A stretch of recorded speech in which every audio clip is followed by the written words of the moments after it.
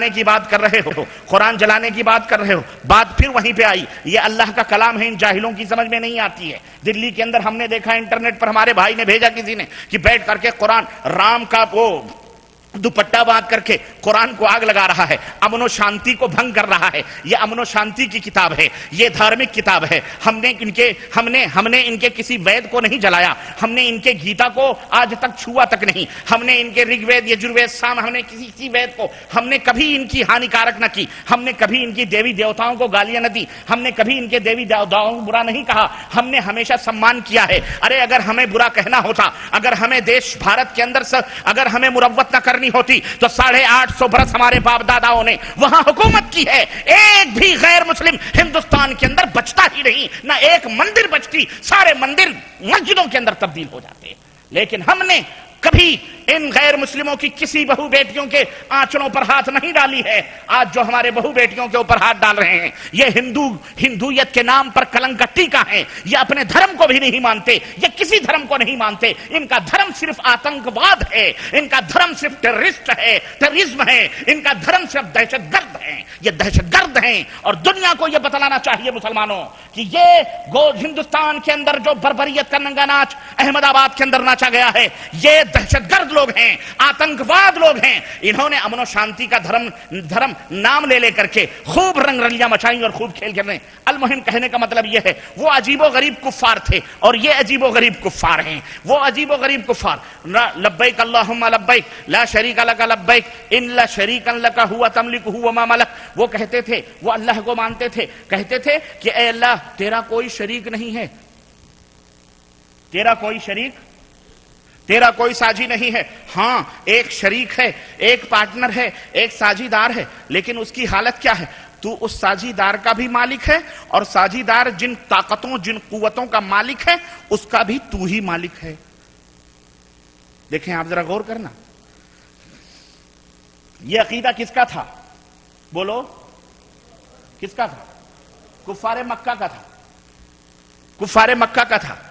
یہ عقیدہ وہ رکھیں تو کافر کہلائیں، جبکہ اس میں عبداللہ بن جدعان بھی، عبداللہ جیسے نامور بھی لوگ موجود ہیں، مسلمانوں جیسا نام ان کا بھی رہتا تھا۔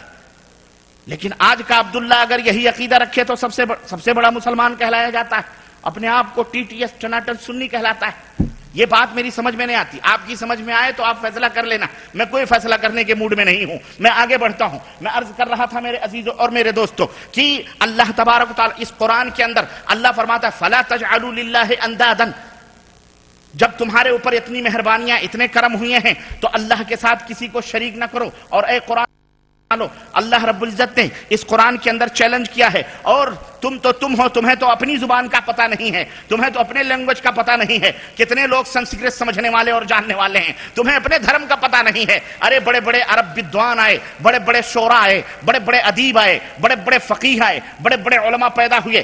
قرآن نے فرمایا وَإِن كُنتُمْ فِي رَيْبٍ مِّمَّا نَزَّلْنَا عَلَىٰ عَبْدِنَا، اور اے سارے سنسار کے لوگوں، چاہے وہ سائنس، چاہے وہ کسی بھی دھرم سے تعلق رکھنے والے ہو، اگر اس قرآن کے بارے میں جو ہم نے اپنے بندے کے اوپر نازل کیا ہے اگر تمہیں کوئی شک یا شبہ ہے، تمہیں کوئی شک ہے اس قرآن کے بارے میں، فَأْتُوا بِسُورَةٍ مِّن مِّثْلِهِ، تو اس کی طرح کوئی ایک سورت بنا کر کے لے آؤ۔ سورت یعنی اسی طرح کوئی چند اشلوکوں کے اوپر اور چند جو ہے ادھیائے کے اوپر یہ صورتیں، چند تعلیمات کے اوپر یہ آیتیں، چند آیتوں کے اوپر ایک صورت مشتمل ہوتی ہے۔ اسی طرح سے کوئی صورت بھی بنا کر کے لے آؤ۔ وَدْعُوا شُهَدَاءَكُمْ، اپنے جتنے بھی دیوی دیوتا اور پنرجنم اور انرجنم اور سب 7 جنم میں ہوں سب کو تم بلا لو، سب کو تم بلا لو، من دون اللہ، اللہ کے سوا۔ ان کنتم صادقین، اگر تم سچے ہو تو اس کی طرح کوئی کتاب لا کر کے دکھاؤ، کتاب نہیں ایک آیت لا کر کے دکھاؤ۔ فَإِن لَمْ تَفْعَلُوا، خالق کائنات فرماتا ہے، سرشٹی کرتا دنیا کا کہتا ہے اگر تم یہ کام نہ کر سکو اس قرآن کی طرح، کوئی بات نہ لا سکو، وَلَن تَفْعَلُوا، اور سنو میں تمہیں پیدا کرنے والا ہوں، مجھے پتا ہے تمہارے اندر کتنی چربی ہے، مجھے پتا ہے تمہارے اندر کتنا دماغ ہے، مجھے پتا ہے تمہاری صلاحیتیں کتنی ہیں۔ فَإِن لَمْ تَفْعَلُوا، اگر نہ کر سکو، ولن تفعلوا، اور تم کر بھی نہیں کبھی سکتے ہو، کبھی بھی نہیں کر سکتے ہو، فاتقوا النار التي وقودها الناس والحجارہ، تو ڈرو اس آگ سے جس کے ایندھن انسان اور پتھر ہوں گے، وعدت للکافرین، جو کافروں کے لیے تیار کی گئی ہے۔ اب یہ اشوک سنگھل جی کو کوئی بتلائے کہ یہ قرآن چیلنج کر رہا ہے اپنے ماننے والوں سے، جو تم قرآن کو جلوا رہے ہو، قرآن کو جلوا رہے ہو، تمہیں یہ سمجھ نہیں آ رہی ہے، تمہیں اب جب اس کا جواب نہیں بن پڑتا ہے تو قتل و غارت گری کرتے ہو، قرآن کا قتل کرتے ہو۔ قاتلکم اللہ، اللہ تمہیں قتل کرے گا، اللہ تمہیں ہلاک کرے گا، اور اس نے دنیا کے اندر تمہیں جلایا ہے۔ اے قرآن کے جلانے والو، ہمیں تمہیں قرآن کے جلانے پر کوئی افسوس نہیں ہو رہا، کیوں؟ اس لیے کہ اس اللہ نے تو تمہیں اپنے ہاتھوں سے تمہارے ماتا پتا کو بھی جلوایا ہے، تم کو بھی جلوایا ہے، تم قرآن کو جلاتے ہو، تمہارے آنے والی نسلیں تمہیں نیکی کے نام پر اور خیر کے نام پر، اچھائی کے نام پر، تمہارے گناہوں کے پوترتا کے نام پر تمہیں آگ لگائیں گے، اور آگ ہی نہیں لگائیں گے، ڈنڈوں سے تمہاری مہمان نوازی بھی شمشان گھاٹ کے اوپر ہوگی۔ ہم نے دیکھا ہے اور دنیا دیکھ رہی ہے۔ تو میرے عزیزوں، غور کرنے کی بات یہ ہے کہ سمجھنے، مسلمانوں کبھی پست ہمت نہ ہو، تم ہی اس دنیا کے رہبر ہو، تم ہی اس دنیا کے قائد ہو، لیکن افسوس اس بات کا رہا کہ جو اجالوں کے مسافر تھے اب تاریکیوں کے ہم سفر بن چکے ہیں۔ وہ راہیں جو اللہ اور اس کے رسول نے تمہیں بتلائی تھی، تم خود ان راہوں سے بھٹک چکے ہو۔ تو بھٹکنے والا آدمی دوسروں کی رہنمائی کی نہیں کر سکتا ہے۔ فاقد الشیء لا یؤتی شیء، جس کے دامن میں کچھ نہ ہو وہ دوسروں کو کیا دے سکتا ہے؟ تم خود محتاج بن گئے، تم دنیا کے لیے داعی بن کے آئے تھے۔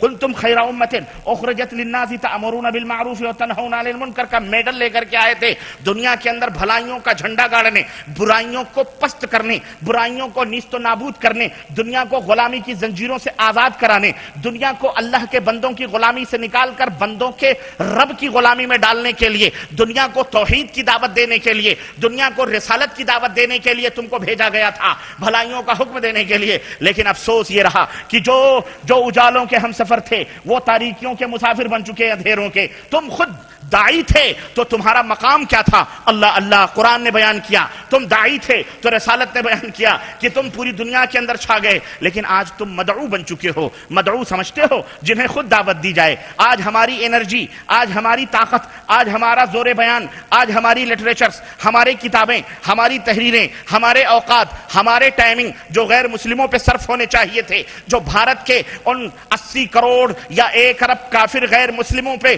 جو بیچارے جن تک ابھی اسلام نہیں پہنچا ہے ان تک پہنچنے چاہیے تھے، آج ہم 25 کروڑ میں سمٹ کے رہ گئے ہیں۔ ہم تمہیں کو مسلمان بنانے میں لگے ہوئے ہیں، ہم تمہیں کو سمجھانے میں لگے ہوئے ہیں، اور تمہیں ہم سمجھا کیا رہے ہیں پتا ہے؟ ہم تمہیں یہ سمجھا رہے ہیں کہ صرف محمد الرسول اللہ کی باتیں مانو، صرف اللہ کی باتیں مانو، اور یہ مسلمان دامن چھڑا چھڑا کے بھاگ رہا۔ نہیں نہیں نہیں، ہمارے فلانے علامہ کی باتیں بھی سنو، ہمارے فلانے حضرت کی باتیں سنو۔ ہمارے فلانے حضرت ہیں، دن کے اجالے میں، رات کی تاریکیوں میں وہ کام کرتے ہیں کہ دن کے اجالے میں کوئی دیکھ لے تو انہیں کافر سمجھے۔ میں نے کہا لعنت ہو ایسے پیر پر، اور لعنت ہو ایسے شیخ پر، اور لعنت ہو ایسے مرشد پر۔ ہمارا نبی تو وہ ہے جو دن کے اجالے میں بھی وہ کام کرتا ہے اور رات کے اندھیرے میں بھی وہ کام کرتا ہے۔ اللہ اکبر۔ جو گھر والی کہتی ہے، گھر والی اما عائشہ گواہی دیتی ہے کہ میرا نبی رات کو گھر میں آتا تھا، مصلے بچھا کر اللہ کی بارگاہ میں اتنے لمبے لمبے سجدہ کرتا تھا کہ میں سمجھتی تھی کہیں میرا نبی سجدے میں اس کی روح تو نہیں پرواز کر گئی ہے۔ یہ میرے نبی کا گھر کا حال تھا، اور اس کے پیر کا حال ہے، کہہ رہا ہے رات کو وہ کام کرتے ہیں جو دن میں دیکھ لے لوگ تو اس کو کافر کہہ دیں۔ ہم نے کہا صحیح بات ہے، شیطان کے پجاری چھپ چھپ کر کے ہی پوجا کریں گے، دن میں جناب علی بگلا بھگت بن کر کے گلے میں لال روپٹا باندھ کر اور بن کر کے مالے جپ رہے ہیں، تسبیح جپ رہے ہیں، اللہ اللہ اللہ۔ اب وہ اللہ اللہ نہیں، آتے جاؤ پھنستے جاؤ، آتے جاؤ پھنستے جاؤ، آتے جاؤ پھنستے جاؤ کا ورد کر رہے ہیں۔ یہ ہے تو پھر ایسے لوگوں کا یہی حشر۔ ہم تو تم داعی بن کے آئے تھے مسلمانوں، ہم تمہیں اب تمہیں ہم زیادہ وقت نہیں دیں گے، یہ بھی یاد رکھو، بہت ہو گیا، ہم تمہیں سمجھا چکے ہیں، علماء کرام سمجھا چکے ہیں، اب ہم نے دوسرے رخ اختیار کیے ہیں۔ اب یہ جو مومنوں کی راہیں ہیں نا، اگر تم نہیں آؤ گے نہ آؤ، اللہ فرماتا ہے تمہیں مٹا دیں گے، اور تمہاری جگہ پر ہم ایسی قوموں کو لائیں گے، ایسی قوموں کو لائیں گے جو تمہاری طرح نہیں ہوں گے۔ اللہ ان سے محبت کرے گا، وہ اللہ سے محبت کریں گے، اور اسی طرح تم جلو گے، اسی طرح تم کٹو گے، اسی طرح تم ذلیل ہوگے، اسی طرح تم مرو گے۔ یہ فرقے بندیوں میں بٹ کر، یہ مسجدوں کو تقسیم کر کے، یہ گھروں میں شادی بیاہوں میں تقسیم کر کے، جو تم نے یہود و نصارہ کی روش اختیار کی ہے، جو تم نے کفار کی روش اختیار کی ہے، تم تو ایک پلیٹ فارم پہ لا الہ الا اللہ محمد الرسول اللہ صلی اللہ علیہ وسلم کے پلیٹ فارم پہ جمنے کے لیے آئے تھے، اس کی دعوت کو لوگوں تک پہنچانے کے لیے آئے تھے، تمہیں چند فضائل بیان کر دیے جاتے، چند باتیں اللہ کی بیان کر دی جاتی، آگے بڑھتے تم دنیا کو بتاتے، لیکن تم ہی سو گئے۔ ہاں بڑے بڑے بڑے غور سے سن رہا تھا زمانہ، تم ہی سو گئے داستاں کہتے کہتے، تم ہی سو گئے داستاں کہتے کہتے، تم سو گئے ہو۔ اب ہم جیسے فقیر تمہیں جگانے آ رہے ہیں تو تمہاری کڑواہٹیں بھی سن رہے ہیں، شرارتیں بھی دیکھ رہے ہیں، تمہاری ہرزہ سرائیاں بھی ہم سن رہے ہیں، تمہاری ملامتیں بھی سن رہے ہیں، لیکن میرے عزیزو، میرے نبی کی پیاری امت کے لوگوں، تم کب تک سو گے؟ کب تک تم ان بندر بانٹوں میں زندگی گزارتے رہو گے؟ کب تک تمہاری مسجدوں پر فرقہ واریت کے لیبل لگے رہیں گے؟ ارے یہ کفر کو بھی پتا ہو چکا ہے دنیا کے مسلمانوں، ارے یہ کافروں کو بھی معلوم ہو چکا ہے کہ اگر ہم ایک پارٹی کو ماریں گے تو دوسری پارٹی نہیں آئے گی بچانے۔ ارے توڑ دو ان پارٹیوں کے جنجالوں کو، توڑ دو ان سرحدوں کو، توڑ دو حنفیت، شافعیت، مالکیت، قادریت، چشتیت اور برادریت اور قومیت اور جنسیت کے پیمانوں کو۔ رب ذوالجلال کی قسم ہے، دنیا کی کوئی طاقت تمہیں بچا نہیں سکتی۔ اگر تم ان دیواروں میں، اگر تم ان سرحدوں میں بٹے رہے، اگر تم ان جو ہے ٹامک اندھیروں میں ٹامک ٹوئیاں مارتے رہے، رب ذوالجلال کی قسم ہے تمہیں کوئی بچانے کے لیے نہیں آئے گا۔ آج سارے مردوں کو پوجنے والے لوگوں نے مردوں کو بھی آزما لیے، آواز دے لیے سلطان الہند خواجہ غریب النواز کو، لیکن وہ سلطان الہند کیسا جو سو رہا ہے، آج تک اٹھنے کا نام ہی نہیں لے رہا ہے، اور وہ قیامت تک نہیں اٹھے گا انشاءاللہ۔ اور اللہ نے فرمایا ہے وَهُمْ عَنْ دُعَائِهِمْ غَافِلُونَ، ارے ان ظالموں کے پکار سے وہ غافل ہیں، وہ بیچارے کیا جانے، وہ تو سو رہے ہیں، ان کو تو خامخواہ پوجا جا رہا ہے، اور انہی کو نہیں حسین کے نام پر کپچی اور ٹھٹیوں کے جو ہے رنگ برنگے کاغذ نہیں پوجے جا رہے ہیں؟ بولو پوجے جا رہے ہیں کہ نہیں؟ اور مسلمانوں ایک بات میری سمجھ میں نہیں آتی، ہمیں بھی سمجھاؤ ذرا، اگر سمجھ میں آئے تو خود بھی سمجھ لو کہ میری سمجھ میں نہیں آتا کہ رام گوپال ہوں، لالو پرساد یادو ہوں، یا اڈوانی ہوں، یا فلانے ہوں، یا فلانے ہوں، نام نہیں لینا چاہتا، نام نہیں آتا، پرشرام جی ہوں، یا کوئی بھی شنکر کوئی بھی ہو، المہم ہم دیکھتے ہیں کہ اپنے ہاتھوں سے مٹی نکالتے ہیں، مٹی نکال کر کے اس کو گوندھتے ہیں، اور گوندھنے کے بعد میں ایک مورتی بناتے ہیں، مورتی بنا کر اس کو ڈنڈوت کرتے ہیں، پرارتھنا کرتے ہیں، پوجتے ہیں سندور مار کے، ہے نا، اپنا دکھ درد اس کے سامنے بیان کرتے ہیں۔ وہ اپنے سامنے زمین سے مٹی نکال کر اس کو بنا کر کے پوجتا ہے۔ اس کا نام پرشرام ہے، اس کا نام گوپال ہے، اس کا نام کچھ بھی ہے، المہم جو شنکر ہے، اوم پرکاش ہے، کچھ بھی ہے نا، کوئی بھی نام رکھ لو، اس کا نام وہ ہے، یہ مٹی بنا کے پوچھتا ہے۔ ایک شخص ہے جس کا نام عبداللہ ہے، عبد الرحمن ہے، عبد الغفار ہے نا، عبد الغفار یا عبد الرحمن یا عبداللہ ہے، یہ نیچے دفن کر دیتا ہے، نیچے کیا کر دیتا ہے؟ اپنے خداؤں کو نیچے دفن کر دیتا ہے، مٹی ٹھٹھے ڈال دیتا ہے، ٹھٹھے ڈال کے اونچی مٹی بنا دیتا، ٹھیک ہے مورتی نہیں بناتا، خوب اونچی قبریں بناتا، اس کو سنگ مرمر سے باقاعدے پختہ کر دیتا ہے، اس کے اوپر ہری ہری نیلی پیلی چادریں چڑھا دیتا ہے، پھول چڑھا دیتا ہے نا۔ تو یہ عبداللہ یہ عبد الرحمن ہے، وہ شنکر اور گوپال اور رام ہے، میری سمجھ میں نہیں، رام کمار ہے، میری سمجھ میں نہیں آتا۔ یہ بتاؤ یہ جو زمین کے اوپر بٹھا کے پوجتا ہے یہ کون ہے مسلمانوں؟ یہ مسلمان ہے کہ کافر؟ بولو کافر ہے۔ اور یہ عبداللہ جو زمین کے نیچے اپنے خدا کو نیچے رکھ کر کے اسے بھیک مانگتا ہے، دہائیاں دیتا ہے، بیٹا مانگتا ہے، بیٹی مانگتا ہے، چادر چڑھا کر کے، ناریل پھوڑ کر کے، جلیبیاں اور اگربتیاں سلگا کر کے، یہ عبداللہ یہ عبد الرحمن ہے، یہ کون ہے بولو؟ میری سمجھ میں نہیں آتا وہ کافر کیسے ہے، یہ مسلمان کیسے ہے، فیصلہ آپ کے اوپر ہے، آپ جو چاہیں فیصلہ کر لیں۔ ہاں ہم اگر عرض کریں گے تو شکایت ہوگی، آپ ہی اپنی اداؤں پہ ذرا غور کریں، ہم اگر عرض کریں گے تو شکایت ہوگی۔ تو میرے عزیزو میری سمجھ میں یہ نہیں آتا ہے، بہرحال عرض کرنے کا مطلب یہ ہے میرے عزیزو میرے دوستو، اللہ تبارک و تعالیٰ نے اپنے بندوں کی ہدایت اور رہنمائی کے لیے اور سیدھی راہ جو جنت تک جاتی ہے اس کو بتلانے کے لیے نبیوں کے سلسلوں کو مبعوث فرمایا۔ توریت میں بھی یہی ہدایت توریت لے کر کے آ رہی ہے، انجیل بھی یہی ہدایت لے کر آ رہی ہے، زبور بھی یہی ہدایت لے کر آ رہی ہے، حضرت عیسیٰ یہی ہدایت لے کر کے آ رہے ہیں۔ آخری نبی خاتم المرسلین سید العرب والعجم اور شفیع المذنبین رحمت للعالمین اکرم الاولین والآخرین حضرت محمد رسول اللہ صلی اللہ علیہ وسلم بھی یہی ہدایت لے کر کے آ رہے ہیں۔ قرآن کریم میں اللہ رب العزت نے یہ پوری ہدایتوں کا ایک نقشہ سورہ الرعد آیت نمبر 30 میں یوں بیان فرمایا ہے، کذالک ارسلناک فی امت۔ مولانا عبداللہ صاحب پانی لا کے رکھ دیا کیجئے، آپ کے ہاں تو پانی بھی کربلا بنا ہوا ہے۔ عرض کرنے کا مطلب یہ ہے کہ کذالک ارسلناک فی امۃ قد خلت من قبلها امم لتتلو علیہم الذی اوحینا الیک. اللہ فرماتا ہے اے میرے حبیب، اے میرے نبی، تجھ سے پہلے جتنے بھی امتیں آئیں، جتنے بھی قبیلے آئے، جتنے بھی خاندان آئے، ہم نے ان سب میں نبی بنا کر کے بھیجا اور ہم نے ان سب میں ہدایتوں کو اتارا ہے. اب تجھے بھی ہدایت دے کر کے ہم اتار رہے ہیں تاکہ تم اپنی امت میں، اپنے لوگوں میں اس کو تلاوت کرو، اس کو بیان کرو اور اس کے مطابق لوگوں کی تعلیم دو. اب دیکھو میرے عزیزو، رسول ہادی بن کر کے آ رہے ہیں، رسول تعلیم شکشا دینے والے بن کر کے آ رہے ہیں، رسول رہنمائی کی ڈگریاں لے کر کے آ رہے ہیں، رب تعالیٰ کا حکم لے کے آ رہے ہیں. وہ ہمیں ہر حکم پر عمل کر کے دکھلا بھی رہے ہیں، صرف حکم نہیں دے رہے ہیں کہ یہ کرو یہ کرو، بلکہ ہر وہ حکم جو دے رہے ہیں خود بھی اس کے اوپر عمل کر کے دکھلا رہے ہیں. جنت کی طرف جانے والی سڑک بھی خود نبی کریم صلی اللہ علیہ وسلم متعین بھی فرما رہے ہیں. اور یہ اللہ کا بھی احسان ہے اور اس نبی کا بھی احسان ہے کہ اگر وہ ہمیں قرآن پر عمل کر کے نہ دکھلاتے، قرآن کے اوپر عمل کر کے نہ بتلاتے، خود اللہ کی راہ پر چل کے نہ دکھلاتے، تو ہم ہو سکتا ہے راہ راست پر نہ آتے.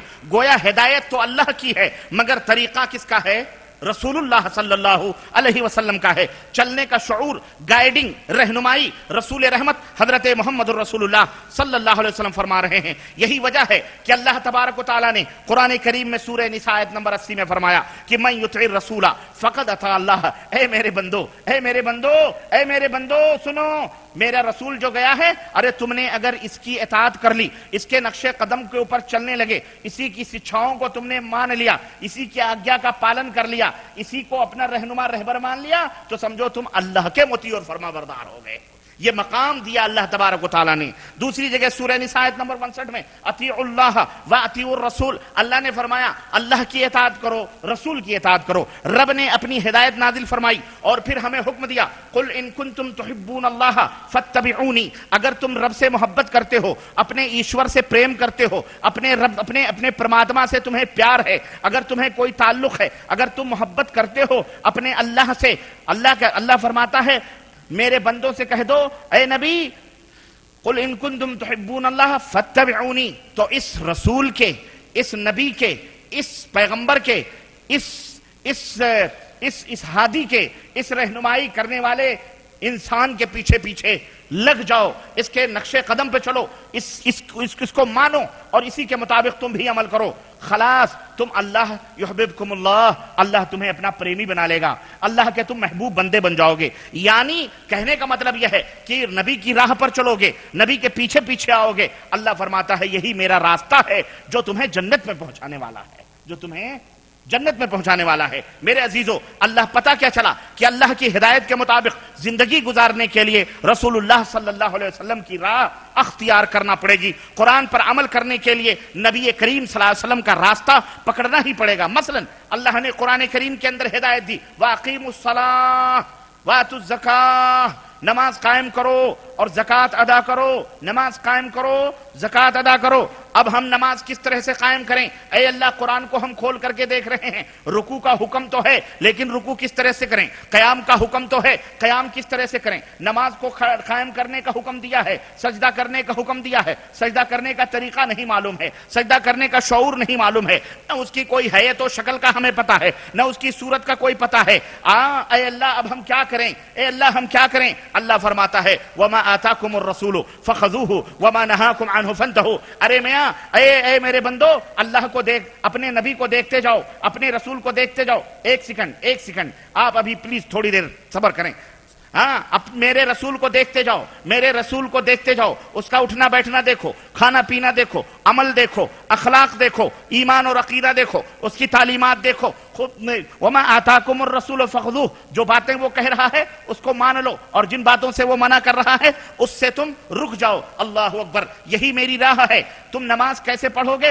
اللہ کے نبی فرما رہے ہیں صلو کما رأیتمونی اصلی، نماز اس طرح پڑھو جس طرح تم مجھے پڑھتا ہوا دیکھ رہے ہو۔ اسی طرح سے تمہیں زکوٰۃ تعلیمات کے طور پر نبی بتلا رہے ہیں کہ غلوں میں اتنی زکوٰۃ ہے، چوپاوں میں اتنی زکوٰۃ ہے، گھر میں اتنی زکوٰۃ ہے، تجارت میں اتنی زکوٰۃ ہے، مال میں اتنی زکوٰۃ ہے، فلاں میں اتنی زکوٰۃ ہے، فلاں میں اتنی زکوٰۃ ہے، حج کیسے کرنا ہے، خذوا عنی مناسککم، نبی فرما رہا ہے اے لوگو مجھ سے طریقے حج سیکھ لو، روزہ کیسے رکھنا ہے، نبی رحمت صلی اللہ علیہ وسلم کو دیکھو، روزے کا غرض کہنے کا مطلب یہ ہے حکم اللہ نے دیا ہے، طریقہ رسول اللہ کا اپنانا ہے، حکم آگیا اللہ کا ہے، فالو محمد الرسول اللہ صلی اللہ علیہ وسلم کو کرنا ہے، یعنی اللہ کی ہدایت پر چلنے کے لیے سبیل الرسول ہمارے لیے ضروری ہے، رسول کی راہ کی کا علم ہونا، اللہ کے نبی کے راہ کا پتہ چلنا ہمارے لیے ضروری ہے، اور اللہ نے اسی لیے فرمایا قل اے حبیب آپ کہہ دو میرے بندوں سے، میرا کلمہ پڑھنے والوں سے یہ بتلا دو، ہذہ سبیلی یہی میری راہ ہے، کس کی راہ؟ اللہ کی، یہی میری راہ ہے، ادعو الی اللہ، یہی اللہ کی بھی راہ ہے، اسی راہ کی طرف اللہ کی طرف میں لوگوں کو بلاتا ہوں، علی بصیرۃ علم کی روشنی میں، میں علم کی روشنی بلاتا ہوں، ومن اتبعنی اور جو میری اتباع اور پیروی کر رہے ہیں وہ بھی علی وجہ البصیرہ لوگوں کو دعوت دے رہے ہیں، وسبحان اللہ اور پاک ہے وہ ذات، وما انا من المشرکین اور میں مشرکوں میں سے نہیں ہوں۔ پتہ یہ ہے کہ یہ جو سبیل ہے، یہ جو راہ ہے، اللہ فرماتا ہے یہ میری راہ ہے، ادعو الی اللہ، نبی کی زبان سے کہلوا رہا ہے کہ میں اللہ کی طرف تم کو بلاتا ہوں، میرا کام دعوت الی اللہ ہے، میں کسی شخص کی طرف نہیں، میں کسی آدم کی طرف نہیں، میں عیسیٰ کی طرف نہیں، میں نوح کی طرف نہیں، بلکہ کس کی طرف بلاتا ہوں؟ میں بغداد کی طرف نہیں، میں فلسطین کی طرف نہیں، میں بیت المقدس کی طرف نہیں، بلکہ کس کی طرف دعوت دیتا ہوں؟ ادعو الی اللہ، اللہ کی طرف بلا رہا ہوں، اللہ کی طرف بلا رہا ہوں، یعنی اسی راہ پر میں خود چل رہا ہوں، اور اس راہ پر چلنے کے لیے تم کو بھی دعوت دے رہا ہوں، تم کو بھی بلاتا ہوں، یہاں وہی میں یعنی یہی میری دعوت ہے، اسی راہ کو تم اپنا لو، علی بصیرۃ علم کی روشنی میں، یعنی میرا اس راہ پر چلنا اور اللہ کی طرف بلانا کوئی اندھیرے میں تیر مارنا نہیں، کوئی اٹکل پچھو مارنا نہیں، بلکہ میں نہایت ہی واضح ہدایت کے اوپر چل رہا ہوں، اللہ کی طرف سے وحی اترتی ہے، اللہ کی طرف سے ارشادات آتے ہیں، میں اس واضح علم کی روشنی میں، ہدایت کی روشنی میں خود بھی چلتا ہوں، وحی الہی کی روشنی میں اے میری امت کے لوگوں تمہیں بھی چلنے کی دعوت دیتا ہوں، ومن اتبعنی اور جو میری پیروی کرتے ہیں وہ بھی اسی راہ کے اوپر چل رہے ہیں، یعنی رسول کی بھی وہی رسول بھی اللہ کی راہ پر ہیں، رسول بھی اللہ کی راہ پر ہیں، اور جو رسول کو فالو کر رہے ہیں، جو رسول کی اتباع کر رہے ہیں وہ بھی اللہ ہی کی راہ پر ہیں، یعنی اللہ فرماتا ہے میری مطابقت اور اطاعت کو جو میری راہ پر چلا وہ بھی دلیل اور برہان اور وحی کی روشنی میں چل رہا ہے، وہ بھی نور ہدایت پر ہے۔ تو میرے عزیزو یہ جو ہے نا پتہ یہ چلا کہ خود رسول بھی اور ان کے صحابہ ان سب کے سینے نور ہدایت سے منور و مجلہ ہیں، اور جو لوگ ان کی پیروی کرتے ہیں ان کے بھی سینے نور سے معمور ہو جائیں گے جو ان کی تابعداری کریں گے۔ اللہ اکبر۔ اس دعوت کے پہلے جو مدعوین تھے، اللہ تبارک و تعالیٰ نے جو سب سے پہلے اس دعوت توحید دے کر اپنے نبی کو جو اس کائنات میں بھیجا، جو سب سے پہلے مخاطبین تھے وہ کون تھے؟ بولو، ان کو کیا کہا جاتا ہے؟ ہاں سارے خاموش ہیں، پتہ نہیں کس وادی میں کھوئے ہوئے ہیں، بند کر دوں بولو، بند کر دوں تقریر؟ نہیں تو پھر آواز کیوں نہیں آ رہی؟ سو رہے ہیں آپ لوگ؟ بھوک لگی ہے یا سمجھ نہیں آ رہی ہے میری بات، یا باتوں میں آپ کھوئے ہوئے ہیں؟ ماشاءاللہ، اللہ آپ کو جزائے خیر دے، اللہ یہی کرے سب ایسے ہی کھوئے ہوئے ہوں۔ ان کو صحابہ کہا جاتا ہے۔ نبی کریم صلی اللہ علیہ وسلم کے جو اولی مخاطبین تھے وہ کون تھے؟ انہیں صحابہ رضوان اللہ علیہم اجمعین کہا جاتا ہے۔ وہ نبی کی راہ پر چلے، نبی انہیں بتلاتے تھے ایسا کرو، وہ کرتے رہے نا، چلتے رہے۔ کوئی تیسرا خلل اندازی کر رہا تھا اس میں، اللہ کا حکم نبی پہ آتا، نبی اپنے صحابہ کو تعلیم دیتے رہے اور وہ چلتے رہے، سفر طے کرتے رہے، اللہ بلندیاں دنیا میں دیتا رہا، ملکوں پہ ملکیں فتح کرتے رہے، اور آخرت میں بھی اللہ کے ہاں سرفراز ہوتے رہے۔ اور نمونے کے طور پر کالا کلوٹا حبشی غلام حضرت بلال حبشی رضی اللہ تعالیٰ عنہ، جو ذات کے غلام تھے، اللہ نے اتنا مقام دیا اسی نبی کی پیچھے چلنے کی وجہ سے اس نبی کے پیچھے پیچھے دنیا میں چل رہے تھے، نبی کے پیچھے پیچھے دنیا میں چل رہے تھے. رب نے اتنا عظیم مقام دیا، اتنا عظیم مقام دیا، اتنا عظیم مقام دیا کہ معراج کی وہ رات یاد کرو کہ جب نبی کریم صلی اللہ علیہ وسلم معراج کر کے واپس آتے ہیں، بلال حبشی ملتے ہیں، کہتے ہیں بلال جب میں جنت کی سیر کر رہا تھا تمہارے پیروں کی آہٹ اپنے آگے آگے محسوس کر رہا تھا.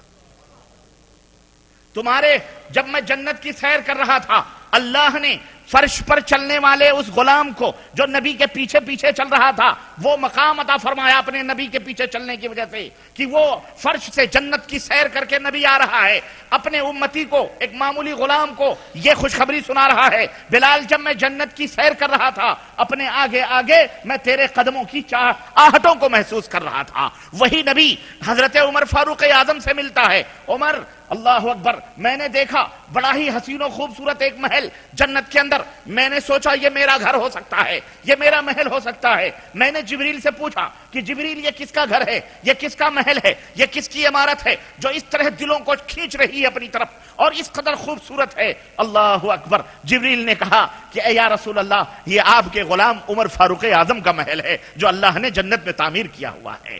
اللہ اکبر، نبی فرماتے ہیں میرے دل نے چاہا کہ میں تمہاری اس محل میں داخل ہوں لیکن عمر تیری غیرت نے مجھے داخل ہونے سے منع کر دیا. اللہ اکبر، عمر رونے لگے اور رونے کی بات ہی تھی. یہ خوشخبریاں وہ زمین پر نبی کے پیچھے چلتے تھے، عرش والا انہیں جنت کی خوشخبریاں، وہ راستے تھے جنت کے، وہ راہی تھے جنت کے، وہ ہم سفر مسافر تھے جنت کے، وہ دنیا میں اجنبی بن کے آئے تھے، وہ دنیا میں رہنے کے لیے نہیں آئے تھے، وہ دنیا میں جینے اس طرح ہم لوگوں کی طرح سب کچھ کرنے نہیں آئے تھے، بلکہ وہ دنیا میں اللہ کی دعوت کو عام کرنے کے لیے، اللہ کے نبی کی اتباع کرنے کے لیے پیدا کیے گئے تھے. اور یہی جعفر ابن ابی طالب ہیں، یہی جعفر ابن ابی طالب ہیں. جنگ موتا کے موقع پر نبی کریم صلی اللہ علیہ وسلم مسجد نبوی کے اندر منبر پر بیٹھ کر حالات جنگ بیان فرما رہے ہیں. اللہ نے پورا نقشہ جنگ کا سامنے کیا ہوا ہے، یہ بھی نبی کا معجزہ ہے، نبی کا معجزہ ہے. فرما رہے ہیں اب جھنڈا ابو طالب، جعفر ابن ابو طالب نے لیا ہے، جعفر ابن ابو طالب لڑ رہے ہیں، دیکھو ان کا ایک بازو دشمن نے کاٹ دیا ہے، جھنڈا ابو طالب جعفر نے دوسرے ہاتھوں سے سنبھالا ہوا ہے، دشمن نے دوہری تلوار ماری اور دوسرا بازو بھی کٹ گیا ہے، جھنڈا اپنے دونوں بازوؤں کو سینے سے چمٹایا ہوا ہے اور جعفر زمین کے اوپر گر پڑے ہیں. لوگوں جعفر اور نبی کریم آنکھوں سے آنسو پوچھ رہے ہیں اور فرما رہے ہیں کہ جعفر نے جھنڈا گرنے نہیں دیا ہے. اتنے میں ایک دشمن نے ایسی تلوار ماری کہ جعفر ککڑی کی طرح دو ٹکڑے ہو گئے لیکن جھنڈا گرنے نہیں دیا. اب ایک دوسرے صحابی نے تلوار کو، جھنڈے کو اٹھایا ہوا ہے. اللہ کے حبیب فرماتے ہیں کہ لوگوں جعفر کے دونوں بازو کٹ گئے لیکن میرے رب نے جنت کا دیدار کروایا ہے. میں نے دیکھا ہے کہ جعفر کو اللہ تبارک و تعالیٰ نے سونے کے دو پر دیے ہیں، وہ جنت میں اڑ رہے ہیں پرندے کی شکل میں.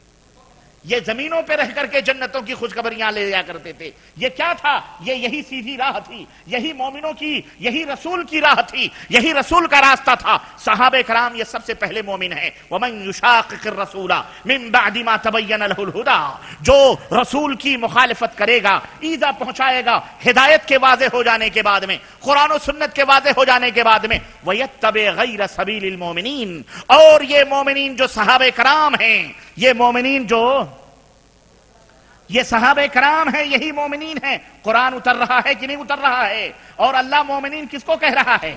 صحابہ کرام کو مومنین کہہ رہا ہے. یہ جو صحابہ کرام ہیں ان کے راہوں کی جو مخالفت کرے گا اللہ فرماتا ہے نُوَلِّهِ مَا تَوَلَّا، میں اسی راہ پر اس کو ڈال دوں گا. وَنُسْلِهِ جہنم، اور وہ چلتا وہ مسافر تو ہے ہی، وہ چلتا رہے گا. وَنُسْلِهِ جہنم، وہ چلتا رہے گا، ہم اسے جہنم میں ڈال دیں گے. وَسَاءَتْ مَصِيرًا، اور جہنم کتنی بری جگہ ہے. اللہ ہم سب کو جہنم سے نجات عطا فرمائے.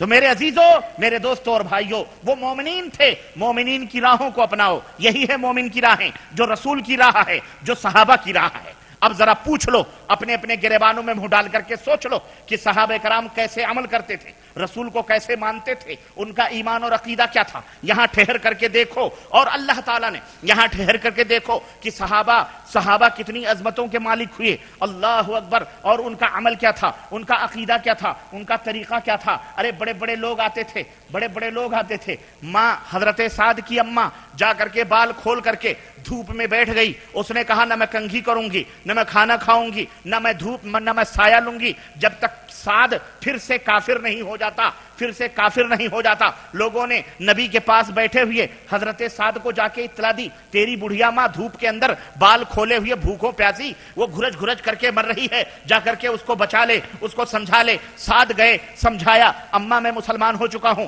نبی کے دامن سے وابستہ ہو چکا ہوں، میں نے کلمہ پڑھ لیا ہے۔ اس نے کہا بیٹا تو باپ داداؤں کے دین پر آ جا، چھوڑ دے محمد کا راستہ، چھوڑ دے محمد کے دین کو۔ حضرت سعد نے کیا کہا؟ کہا کہ تو بھی مسلمان ہو جا۔ وہ نہیں مانی، وہ نہیں مانی۔ حضرت سعد نے کیا کہا کہ اماں ایک نہیں تیری جیسی 100 مائیں ہوں تو میں اپنے اس اسلام پر انہیں قربان کر سکتا ہوں، پر نبی کے دامن کو چھوڑ نہیں سکتا ہوں۔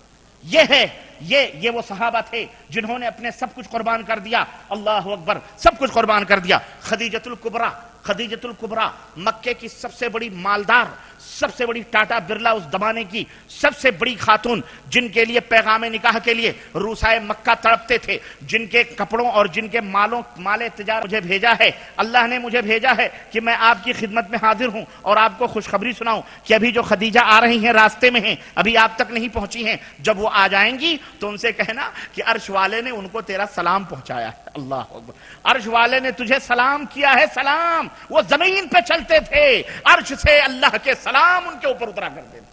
یہ دولتیں ملی ان کو میرے عزیزو کس وجہ سے؟ نبی کی راہ پر چلنے کی وجہ سے، نبی کے طریق پر چلنے کی وجہ سے۔ یہی وہ مومنین تھے۔ اب میں کیا کیا بتلاؤں، ٹائم میرے پاس نہیں ہے۔ تو مومن کی راہ وہی ہے جو نبی کی راہ ہے، جو صحابہ کی راہ ہے، ابو بکر، عثمان، طلحہ، علی، فاطمہ اور خدیجۃ الکبریٰ کی راہ ہے، اور کافر اور منافق اور مشرک کی راہ ہے جو ان راہوں سے جدا ہے، جو ان راہوں سے الگ ہے، ہٹ کر کے ہے، الگ ڈھنگ سے ہے۔ تو میرے عزیزو، میرے دوستو، میرے بھائیو، جو شرک اور بدعات اور خرافات اور خزابلات میں ملوث ہیں، جو بدکاریوں بھی اس میں ملوث ہیں، وہ مومنین کی راہیں نہیں ہیں بلکہ وہ شیطان کی راہیں ہیں۔ باتیں بہت ہیں، باتیں بہت ہیں، لیکن میں مختصر طور پر آپ کو یہ بات بتلاؤں کہ میرے عزیز، میرے دوست اور میرے بھائیوں، اس تعلق سے غلط روی سے منازل کا بودھ بڑھتا ہے۔ مسلمانوں روش کارواں بدل ڈالو، اپنے ایمان اور عقیدے کا جائزہ لو، اپنے اعمال صالحہ کا جائزہ لو، اپنے معاملات اور کاروبار کا جائزہ لو، اپنی حکومت و سیاست کا جائزہ لو، اپنی تجارت کا جائزہ لو، حقوق اللہ کا جائزہ لو، حقوق العباد کا جائزہ لو، حقوق الوالدین کا جائزہ لو، ماں باپ اور بھائی بہن کے حقوق کا بھی جائزہ لو، پڑوسیوں کے بھی جائزے لو، قرابت داریوں کے بھی حقوق کے جائزے لو، اور سب سے بڑا حق جو ہمارے اوپر ہے، سب سے بڑا حق اللہ کا حق ہے، اور وہ حق یہ ہے کہ اللہ نے تمہیں پیدا کیا ہے، تم اللہ کے ساتھ کسی کو شریک نہ کرو، اور سب سے بڑا حق رسول اللہ کا ہے کہ وہ ہمیں ہدایت لے کر کے آئے ہیں، علم دے کر کے گئے ہیں، تب ان کے علم کو چھوڑ کر، ان کے تعلیم کو چھوڑ کر کسی امتی کے پیچھے نہ چلو، نہ کوئی فرقہ بناؤ، نہ کوئی جماعت بناؤ، نہ کوئی ٹولی بناؤ، نہ کوئی نسبت، نہ کوئی نسبت، بلکہ صرف قرآن اور سنت کو لازم پکڑو۔ اور سنو، محمد الرسول اللہ صلی اللہ علیہ وسلم ہر میدان میں تمہارے لیے اسوہ ہیں، ہر میدان میں تمہارے لیے نمونہ ہیں، نماز میں بھی نمونہ نبی ہیں، زکوٰۃ میں بھی نمونہ نبی ہیں، حج میں بھی نمونہ نبی ہیں، روزے میں بھی نمونہ نبی ہیں، گھر میں ہو تو شوہریت میں بھی نمونہ نبی ہیں، منبر پر بیٹھو تو خطابت میں نمونہ نبی ہیں، میدان جہاد میں ہو تو نمونہ نبی ہیں، ہر میدان میں تاجر ہو تو تجارت میں نمونہ نبی ہیں، یتیم ہو تو یتیمیت میں نمونہ محمد الرسول اللہ صلی اللہ علیہ وسلم ہیں۔ ہاں، لقد کان لکم فی رسول اللہ اسوۃ حسنہ، نبی کو اللہ نے نمونہ بنا کر کے بھیجا ہے، اپنے دعوت میں بھی نمونہ نبی کو بناؤ، محمد الرسول اللہ۔ میں آخری بات کہہ اپنی بات ختم کرنا چاہ رہا ہوں۔ محمد الرسول اللہ صلی اللہ علیہ وسلم نے جہاں اپنوں کو سمجھایا ہے، اپنوں کو تعلیم دی ہے، اپنی سرحدوں سے نکل کر دوسروں کی سرحدوں میں کھڑے ہو کر انہیں اپنی سرحدوں میں ملانے کی کوشش کی ہے، اور ایک عقل مند راجا اور ایک عقل مند بادشاہ، ایک عقل مند سیاستدان وہی ہوتا ہے جو اپنی سرحدوں کی بھی حفاظت کرتا ہے اور دوسروں کی سرحدوں پر حملہ بھی کرتا ہے، تاکہ اپنی سرحدوں میں توسیع کر سکے، اپنے ملک میں اضافہ کر سکے۔ کیوں؟ اگر مل گیا تو مل گیا، نہیں ملا تو اپنی سرحد تو کم از کم بچی رہے گی۔ احمق اور بیوقوف اور نادان بادشاہ وہ ہے جو اپنی سرحدوں کی حفاظت ہی میں لگا رہتا ہے، دوسری کی طرف نظر اٹھا کے نہیں دیکھتا، تو کل کو اس کا بھی ملک، اس کا بھی دیش، اس کی بھی سرحد اس کے ہاتھ سے چلی جاتی ہے۔